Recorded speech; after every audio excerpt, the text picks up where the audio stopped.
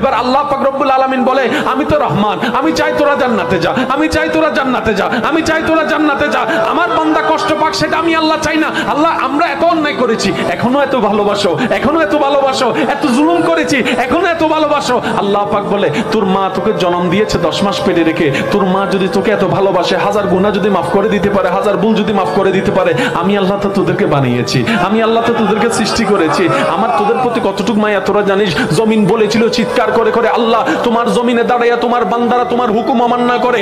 জমিন বলে আল্লাহ তুমি হুকুম দাও, আমরা 2 ভাগ হয়ে মাটির মধ্যে মানুষগুলোকে ঢুকাই ফেলি। আল্লাহ পাক বলে আমি সেই দিন জমিনকে বলেছিলাম, জমিন যদি তোদের বান্দা হয় তোরা ধ্বংস কর, আর যদি আমার বান্দা হয় খবরদার কথা বলবি না।